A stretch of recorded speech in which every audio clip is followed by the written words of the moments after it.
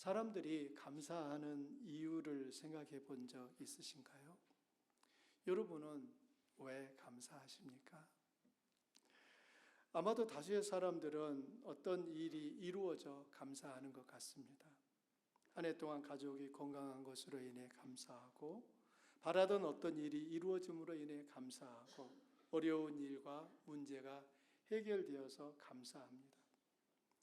인생사가 바라고 계획한 대로 다 이루어지지 않는다는 것을 생각할 때 바라던 결과를 얻었다면 무척 기쁜 일이고 감사한 일이지요. 그런데 올바른 감사는 감사의 이유와 더불어 감사의 대상을 명확히 해야 합니다. 잠언 21장 31절은 이렇게 말합니다. 전쟁을 대비하여 군마를 준비해도 승리는 오직 주님께 달려있다. 16장 9절은 사람이 마음으로 자기의 앞길을 계획하지만 그 발걸음을 인도하는 분은 주님이시다. 이 말씀은 전쟁을 대비하여 말과 군대를 많이 준비했다고 반드시 승리하는 것이 아니고, 완벽한 계획을 세웠다고 그 계획이 반드시 성취되는 것도 아니라는 것입니다. 우리 식으로 바꿔보면 내가 열심히 일했다고 내가 기대한 그 열매를 다 거둔 게 아니라는 거예요. 내가 실력이 있다고 내가 그 일들을 해낸 것이 아니라는 것입니다. 모든 승리와 성취, 즉 열매는 하나님으로부터 온다고 말합니다. 그러나 어떤 사람은 이 사실을 인정하지 않기에 하나님께 감사하는 것을 생각하지 않습니다. 반면에 이 사실을 인정하는 사람은 하나님께 감사드립니다. 오늘 저는 우리의 감사 깊이를 확인해 보려고 합니다. 흔히 우리의 감사 깊이는 그래서 감사하고 그러니까 감사합니다에 머무는 것 같아요. 즉 조건, 어떤 것 때문에 감사합니다. 기대한 어떤 일이 이루어짐으로 감사하는 것이죠. 전혀 감사하지 않는 사람을 생각하면 이 정도 감사하는 것도 쉽지 않다고 생각할 수 있습니다. 하지만 진정한 감사는 그럼에도 감사하고 그것까지 감사하는 것이 되어야 합니다. 그럼 어떤 사람이 그럼에도 감사하고 그것까지 감사할 수 있을까요? 과연 그럼에도 감사하고 그것까지 감사하는 것이 가능할까요? 제가 그럼에도 감사한다라고 하는 것은 내가 기대한 것과 다르게 이루어진 어떤 일로 인하여서 그것까지 감사한다고 하는 것은 내가 기대한 일이 전혀 내가 기대한 것과 반대로 이루어진 상황에 대해서도, 결과에 대해서도 감사한다는 것입니다. 결론부터 말씀드리면 누구나 할 수 있는 것은 아니지만 어떤 사람은 가능합니다. 선지자 하박국이 그런 사람이었습니다. 그의 기도를 볼까요? 여러분 함께 읽어보십시오. 비록 무화과 나무에 과일이 없고 포도나무에 열매가 없을지라도, 올리브 나무에서 딸 것이 없고 밭에서 거두어 드릴 것이 없을지라도, 우리의 양이 없고 외양간에 소가 없을지라도 나는 주님 안에서 즐거워하련다. 나는 구원하신 하나님 안에서 기뻐하련다. 주 하나님은 나의 힘이시다. 무화과 나무에 과일이 없어요. 포도나무 열매 없습니다. 네, 화면 보여주세요. 올리브 나무에서 딸 것이 없어요. 밭에서 거두어 드릴 거 없어요. 우리에 갔더니 양떼가 없고 소도 없어요. 자, 여러분 이걸 쉽게 얘기하면은 한마디로 뭡니까?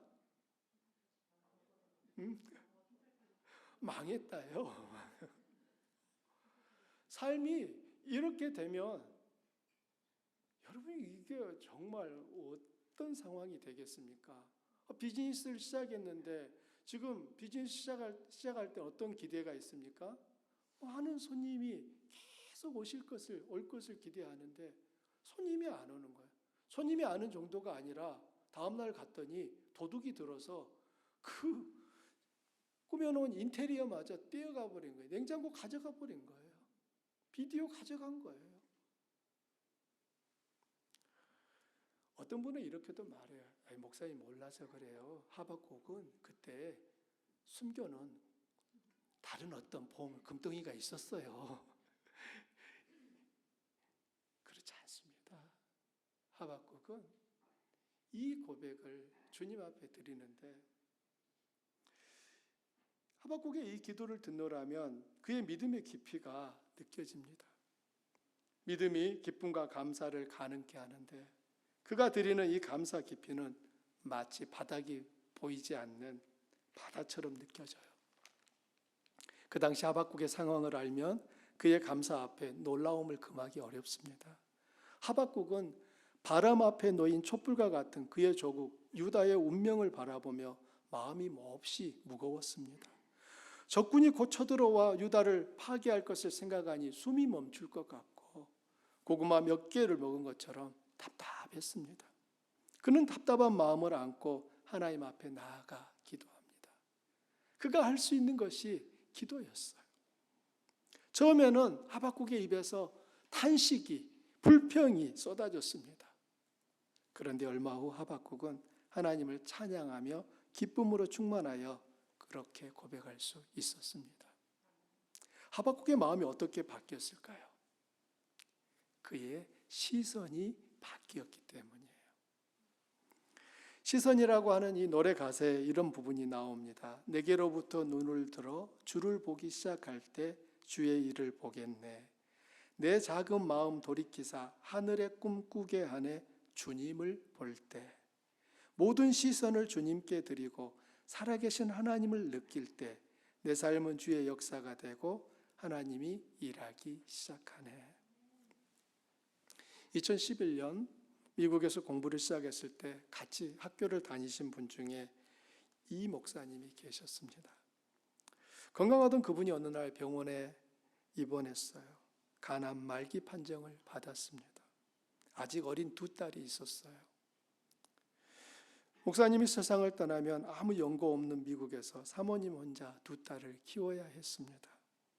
이 목사님은 자신의 마지막 순간이 다가오는 것을 보며 자주 시선이라고 하는 그 찬양을 불렀습니다. 세상을 떠나는 날까지 하나님을 향한 시선을 놓치지 않고 두 딸과 아내를 하나님께 의탁했습니다. 입원해 있는 동안 방문자들이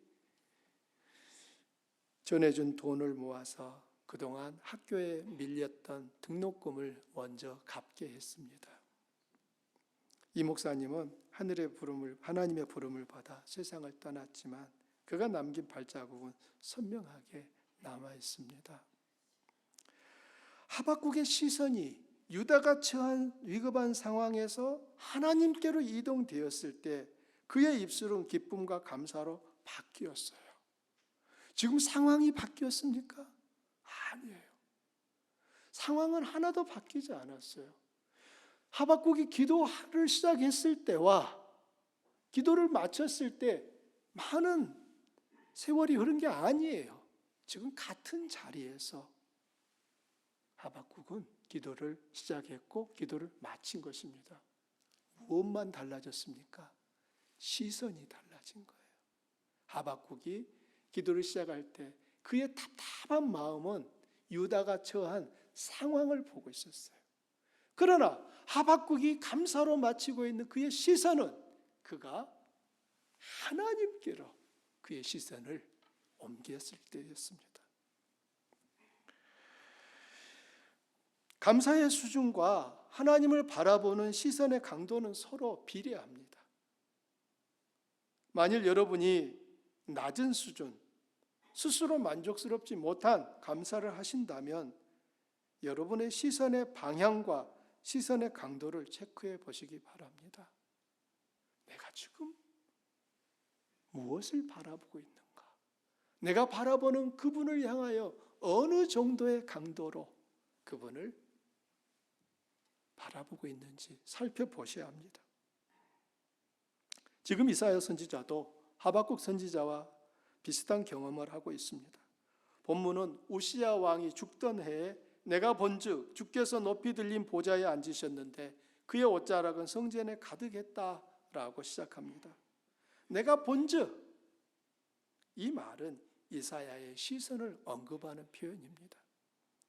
이사야의 시선이 높이 들린 보좌와 그 위에 앉아 계신 주님께로 향하고 그분의 옷자락이 성전을 가득 덮은 것을 보았습니다. 처음에 이사야의 시선은 우시야 왕이 죽은 것에 향해 있었어요. 그러나 그의 시선이 주님께로 향했을 때 그는 새로운 것을 볼 수 있는 그 일이 가능해졌습니다.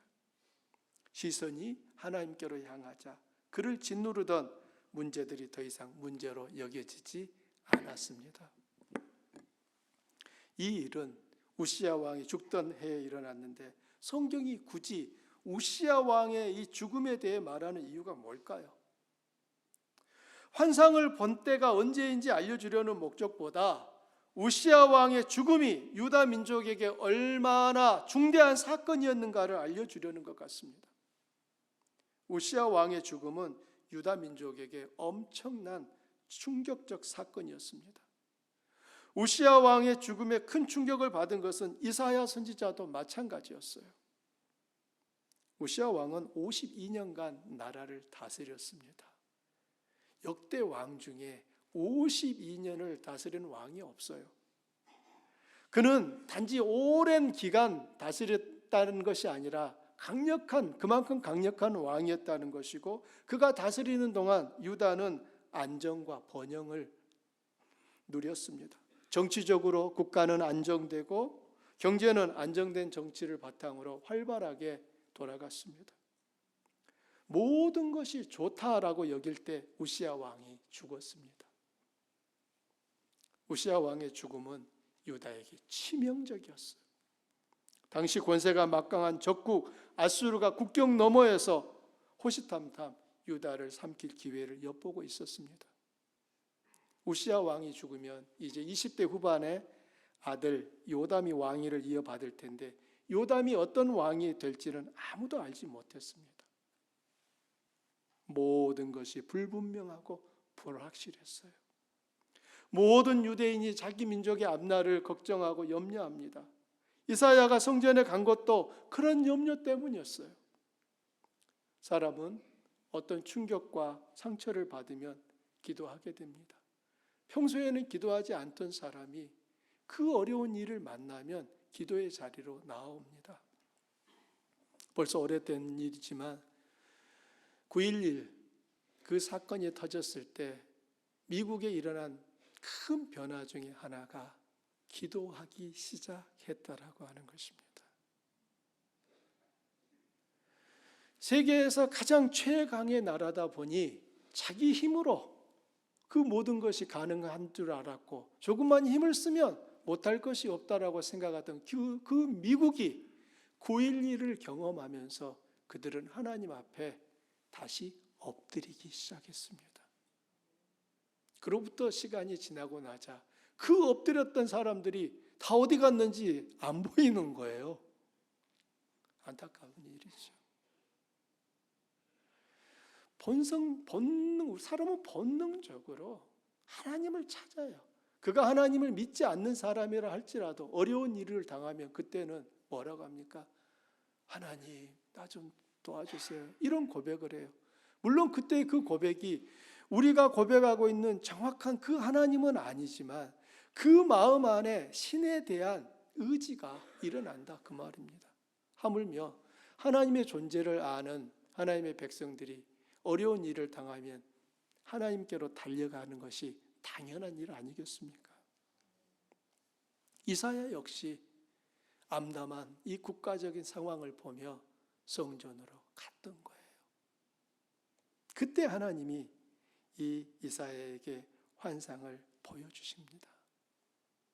이사야가 그 환상을 본 후에 모든 근심과 염려를 벗어던지고 더욱 담대하게 사역을 할 수 있었습니다. 완전히 새로운 사람이 된 거예요. 이사야가 본 그 환상이 무엇이었다고요? 주님께서 높이 들린 보좌에 앉아 계시고 그분의 옷자락이 성전을 가득 덮고 있는 것이었습니다. 하나님이 높이 들린 보좌에 앉아 계신 장면을 왜 보여주셨을까요? 자, 우시야 왕이 죽었어요. 유다 민족도 이사야 선지자도 마음이 너무 답답해요. 그런데 하나님이 이사야에게 보여주신 것이 보좌에 하나님 당신이 앉아 계신 그 장면이었어요. 왜 이걸 보여주셨겠냐는 거예요.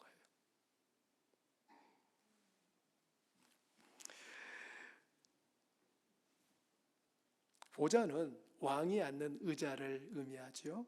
따라서 그 보좌에 앉은 이가 곧 왕이라는 말입니다. 지금 이사야와 유다 민족이 염려하고 두려워하는 이유가 뭐지요? 그들이 의지했던 강력한 왕, 탁월한 왕이 죽었거나 지금 죽으려고 하기 때문이에요. 이런 상황에서 하나님은 당신이 보좌에 앉아 계신 것을 보여주셨어요. 이건 특별한 하나님의 의도가 있는 거죠. 하나님은 이렇게 말씀하는 거예요. 내가 왕이다. 세상에 어떤 훌륭한 왕도 시간이 지나면 사라집니다. 하지만 하나님은 보좌에 영원히 앉아 계십니다. 그분은 시간이 흘러도 사라지는 분이 아니에요. 우시아가 죽었을 때 그 보좌는 비었다라고 생각했는데 지금 하나님은 그 보좌가 비지 않았다는 거예요. 전능한 하나님이 보좌에 앉아 계십니다. 이사야는 그 환상의 의미를 즉시 알아챘습니다. 그는 5절 하반절에서 이렇게 고백합니다. 나는 입술이 부정한 백성 중에 거주하면서 만군의 여호와이신 왕을 배웠음이로다.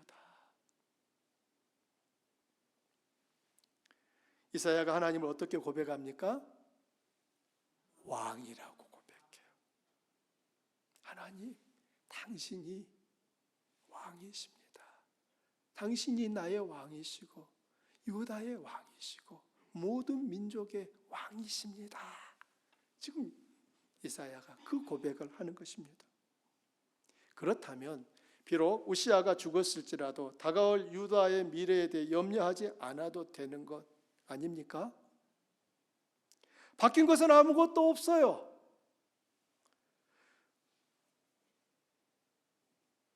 그는 우시아 왕이 죽었다는 현실 앞에 마음이 심란해지고 닥칠 일이 염려되고 걱정스러웠지만 하나님이 왕으로 그 보좌에 앉아 계신 것을 확인한 순간 그의 마음의 모든 무거운 짐들이 다 떠나가게 된 것입니다.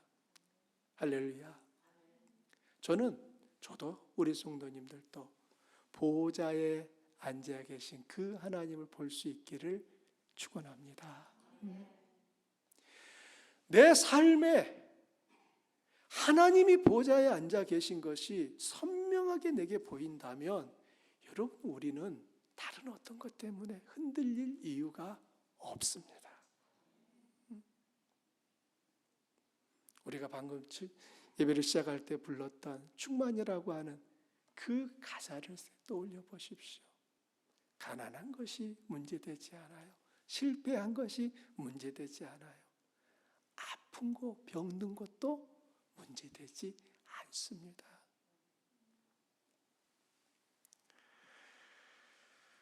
안타까운 점은 이사야는 하나님을 경외하는 선지자였음에도 불구하고 성전에서 환상을 보기 전까지 그는 하나님이 왕이심을 깊이 인식하지 못했다는 것입니다.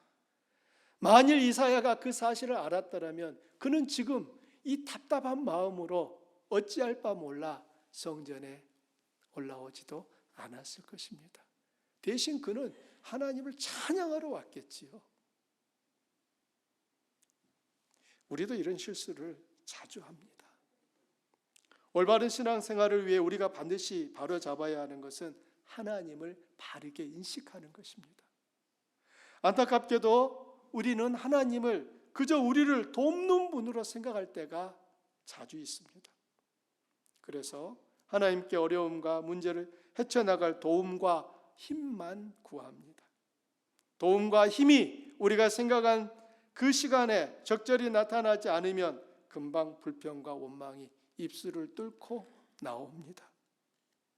하나님에 대한 바른 인식이 우리 신앙을 굳게 붙잡아 줍니다. 이사야 43장에 이렇게 말씀합니다. 이 백성은 내가 나를 위하여 지었나니 나를 찬송하게 하려 함이니라. 여러분이 이 말씀을 마음에 담으시면 좋겠어요. 이 백성은 내가 나를 위하여 지었나니 나를 찬송하게 하려 함이니라. 하나님이 우리를 위해 존재하는 것이 아니라 우리가 하나님을 위해 존재하는 것을 기억해야 합니다. 우리가 주인이 아니라 하나님이 주인이십니다. 이 순서가 바뀌면 우리 삶은 헝클어지고 질서를 잃고 균형을 잃게 되는 거예요. 성경은 하나님이 주인이심을 성경이 시작하는 첫 구절부터 선포합니다. 여러분, 성경의 첫 페이지를 열었을 때 어떤 말씀이 나옵니까?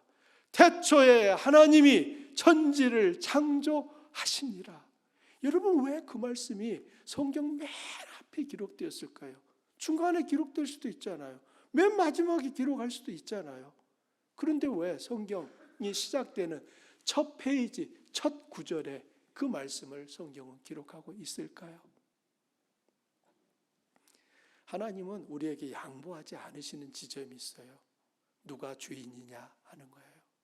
하나님은 당신이 주인이시라고 하는 것을 처음부터 빵 선언하시는 거예요. 내가 주인이야! 이 말씀하는 거예요. 너 착각하지 마! 우리 그렇게 말씀하는 거예요.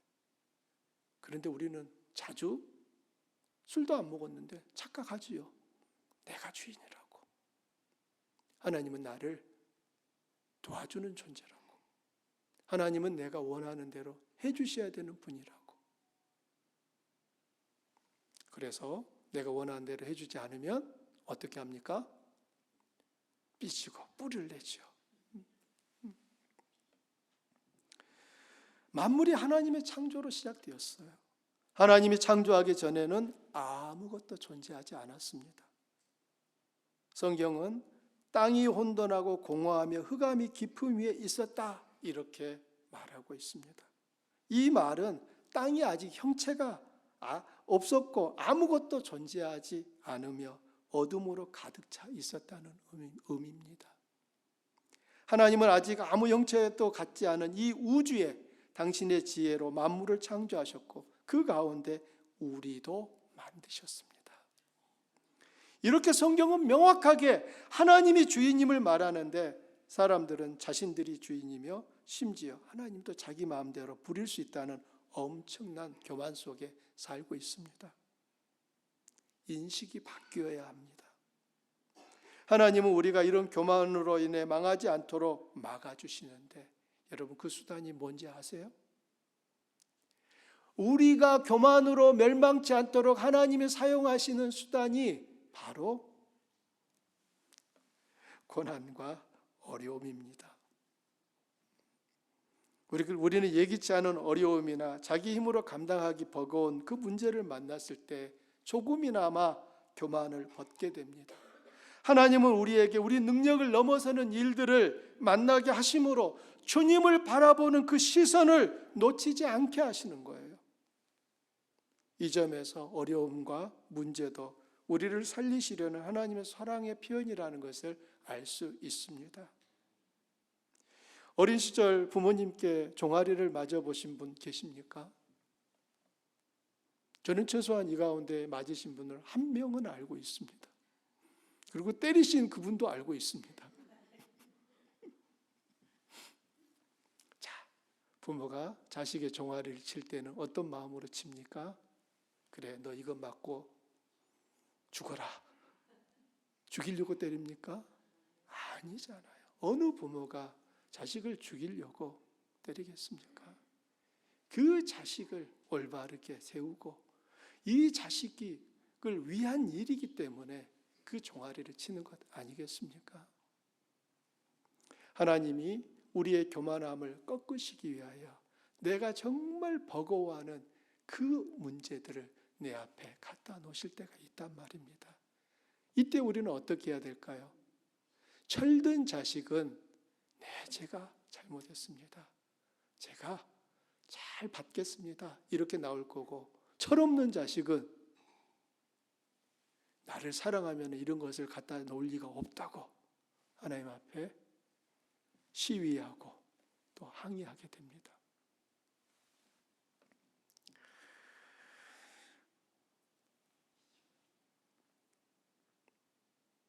우리가 마음에 반드시 담아야 하는 것은 하나님의 본성이에요. 하나님의 본성은 거룩함입니다. 하나님을 거룩한 분으로 인식하는 것이 하나님을 경외하며 믿음의 길을 잃지 않게 하는 출발점이 됩니다. 이사야가 본 보좌는 높이 들려 있었고 그 높은 보좌에 하나님이 앉아 계셨습니다. 그러니 하나님은 얼마나 높으신 분이냐는 거예요. 보좌가 높은 곳에 있는데 그 하나님은 그 높은 보좌 위에 앉아 계시다니까요. 그러니 하나님은 얼마나 높은 분입니까? 여러분, 이사야가 하나님의 얼굴을 보았습니까? 어떻습니까? 이 환상 속에서 이사야가 하나님의 얼굴을 보았습니까?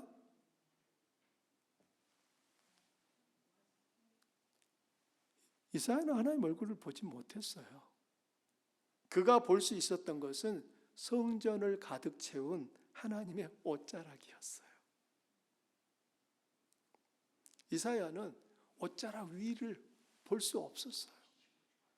이것은 이사야만이 아니라 모세도 아론도 그들과 함께 시내산에 올라갔던 70명의 장로들도 마찬가지였어요. 출애굽기 24장에는 그 일을 이렇게 기록하고 있습니다. 모세와 아론과 나답과 아비후와 이스라엘 장로 70인이 올라가서 이스라엘의 하나님을 보니 그의 발 아래에 청옥을 편듯하고 하늘같이 청명하더라.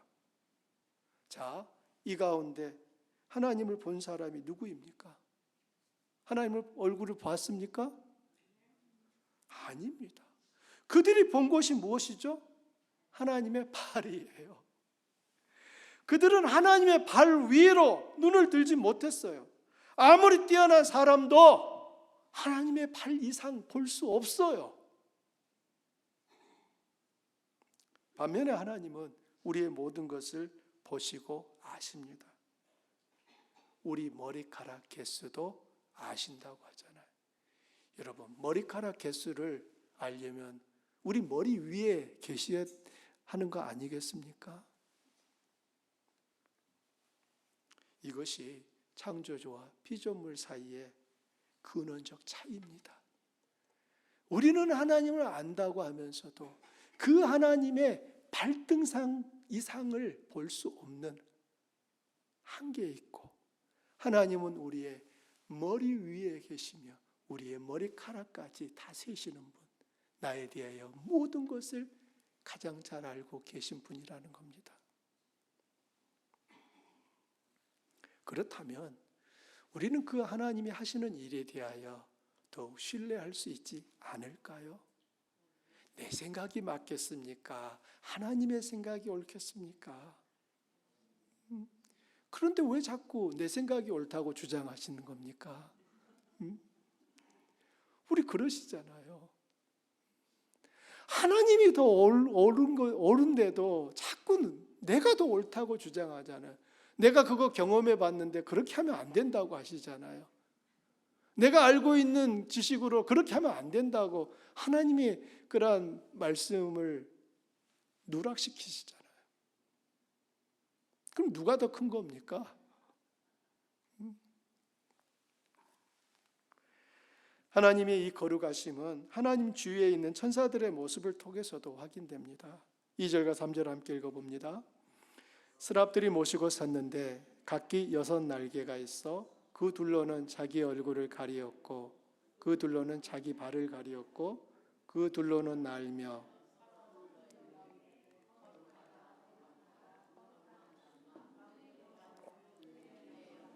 온 땅에 충만하도다 하더라. 여기서 이 스랍이라고 우리 한글 개역 성경이 번역했는데 이것은 히브리어 성경에 쓰인 단어를 그대로 표기해 놓은 거예요. 히브리어로 스랍이라고 쓰여 있어요. 그러면 이 스랍이 뭐냐? 스랍은 날개 달린 천사나 또는 초능력적인 존재를 일컬을 때 스랍이라고 말합니다. 보좌에 앉으신 하나님을 섬기고 있는 이 천사들의 모습이 어떻게 묘사됩니까? 하나님은 앉아 계시고 그들은 하나님 앞에 서 있습니다. 앉아 계신 존재가 큽니까? 서 있는 존재가 큽니까? 서 있는 존재가 크다는 소리가 방금 들린 것 같아요. 자, 앉아 있는 존재가 커요? 서 있는 존재가 커요? 여기서 크다라고 하는 것은 누가 더 높으냐 그 말을 하는 겁니다. 자, 의자가 하나밖에 없어요. 자, 앉은 사람이 큽니까? 쓴 사람이 큽니까? 당연히 앉은 사람이 크죠. 그 스랍들은 감히 그 보좌에 또는 하나님 옆에 앉아 있지도 못해요. 하나님만 보좌에 앉아 계시고 스랍들은 그 옆에 다 서 있습니다. 그들은 각기 6날개를 가졌는데 2날개로는 자기 얼굴을 가렸고요, 2날개로는 자기 발을 가렸고 2날개는 날아다녔습니다. 스랍들이 자기 얼굴을 가리고 발을 가린 것은 그들이 하나님 앞에 어떻게 서야 하는지를 보여주는 것입니다. 각 천사가 2날개로 얼굴을 가리고 있는 것은 하나님에 대한 경외와 근신함을 표현하는 동작인 거예요. 우리는 하나님 앞에 나아갈 때 사실 이 마음이 필요합니다. 그들의 얼굴을 가려 딱 얼굴 드러내놓고 빳빳이 서서 하나님 하고 이렇게 눈 부라리는 게 아니란 말이에요. 그럴 수가 없는 거예요. 자기들의 얼굴마저도 날개로 가리고 하나님 앞에 서 있어요. 이것은 무엇을 의미하는 겁니까? 우리는 하나님이 하신 일에 대해 평가할 수 있는 존재가 못 된다는 거예요. 하나님이 계시해 주신 것만 알 수 있습니다.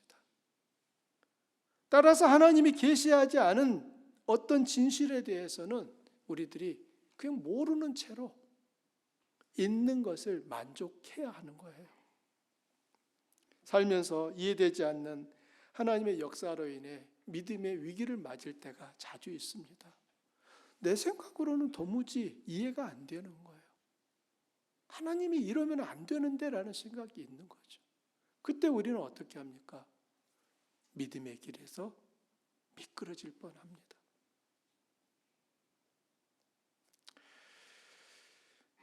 그러나 그 순간 우리가 해야 될 일은 하나님이 우리보다 크신 분이라는 사실을 마음에 떠올리는 거예요. 붙잡는 거예요. 그 크신 하나님을 신뢰하며 이해되지 않는 그 순간을, 이해되지 않는 그 일을 견디고 기다려야 합니다. 어떤 일은 세상을 떠나는 순간까지 이해되지 않을 수도 있어요. 그런데 우리가 이해하지 못해서 하나님이 하시지 못할 일은 단 하나도 없습니다. 하나님이 알려주지 않은 것은 추측하지 않는 것도 하나님을 경외하는 한 표현입니다. 어거스틴에게 어떤 남자가 물었습니다. 하나님은 세상을 창조하시기 전에 무엇을 하고 계셨나요? 여러분, 혹시 여러분들 이런 질문, 이런 생각 해보신 적 있습니까? 하나님은 세상을 창조하기 전에 무슨 일을 하고 계셨지? 어거스틴이 대답했습니다. 그런 질문을 하는 사람들이 갈 지옥을 만들고 계셨어. 어거스틴은 질문한 사람의 그 호기심 뒤에 감춰진 불경스러움을 깨닫게 하려고 그렇게 대답한 거예요. 하나님이 알려주지 않는 것은 그냥 모르는 부분으로 남겨두는 것이 옳다는 것입니다. 천사들이 감히 하나님 앞에 설 때 그 얼굴도 2날개로 가리고 섰단 말이에요. 하나님이 하시는 그 일을 내가 다 헤아리려고, 다 이해하려고, 그리고 이해될 때 순종하려고, 여러분, 그럴 수 없다는 거예요. 천사는 또 다른 2날개로 자기 발을 가렸습니다. 하나님 앞에서 자기를 드러내게 해서는 안 된다는 것을 표현하는 것입니다. 죄가 없는 천사마저도 하나님 앞에 자기를 드러내는 것이 용납되지 않았어요. 하물며 자기 임의대로 행하는 것은 상상할 수 없습니다. 그런데 우리는 어떻게 합니까? 자주 나를 자랑하고 내 마음대로 행하고 내가 원하는 것을 하면서 하나님을 기쁘시게 할 수 있다고 착각합니다. 내가 좋으면 하나님도 좋고 내가 싫으면 하나님이라도 어쩔 수 없다고 생각합니다. 하나님 앞에서 자기를 드러내지 않는 겸손함이야말로 그분을 높이는 참된 바른 길입니다. 천사들은 서로 외치길 거룩하다 거룩하다 거룩하다 만군의 여호와여 그의 영광이 온 땅에 충만하도다 라는 말을 3번이나 반복했습니다. 이 메시지가 전하는 게 무엇입니까? 하나님은 우리와 전적으로 구별된 분이라는 것입니다. 우리는 죄의 영향력을 떨쳐버릴 수 없고 영혼과는 거리가 먼 유한한 존재들인데 하나님은 우리의 예배와 경배를 받으시기 합당한 거룩한 분입니다. 하나님을 대면하자 이사야는 엄청난 두려움에 휩싸입니다. 5절 말씀 함께 읽어볼까요? 화로다 나여 망하게 되었도다.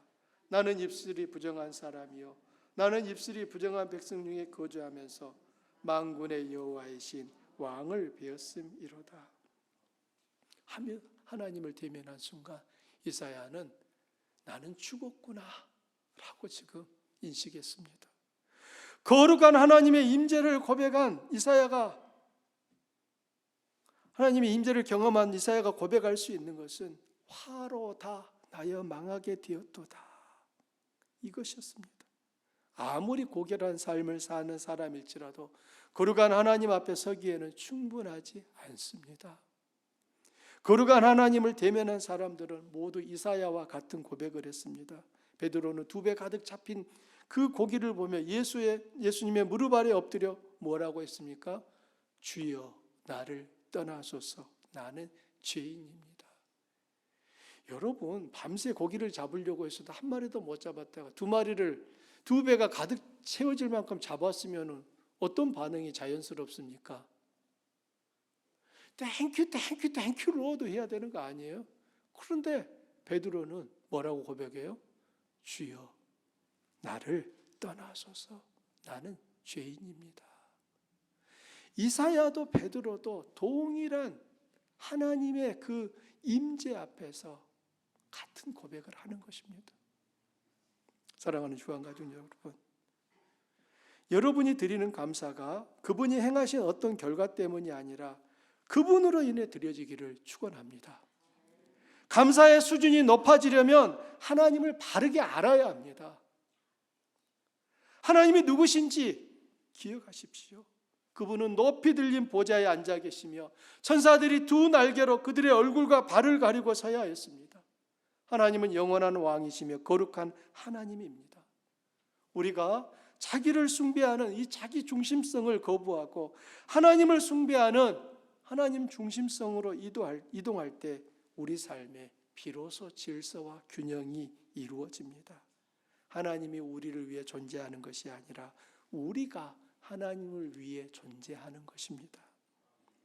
그 사실을 인정하고 그에 걸맞게 삶을 이루어가는 것이 진정한 경건함입니다. 신학자 제임스 베커는 자기 중심성에서 신중심성으로 철저히 이동하지 않으면 신앙의 모습에 정도차가 있더라도 모두 가짜다라고 말하고 있습니다.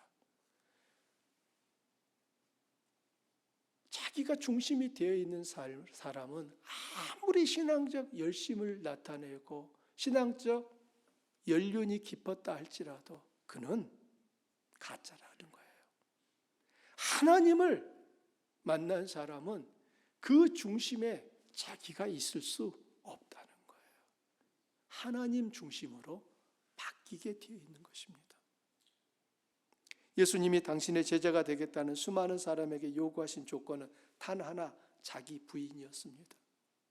사람은 본능적으로 자기를 사랑하는 이기주의자예요. 여러분 절대로 남편이요, 아내요, 속지 마세요. 내가 당신 사랑합니다 라고 해도 자기를 위해서 그렇게 고백하는 것이지 진짜 자기 없이 고백하지는 않아요. 물론 저는 여러분 어떻게 생각하실지 모르겠지만 아내를 살리기 위해서라면 저는 죽을 준비가 되어 있어요. 그만큼 저 사랑합니다. 그렇게 사랑하는데 저는 그 아내를 향하여서 성질을 냅니다. 어느 게 진짜입니까, 이거?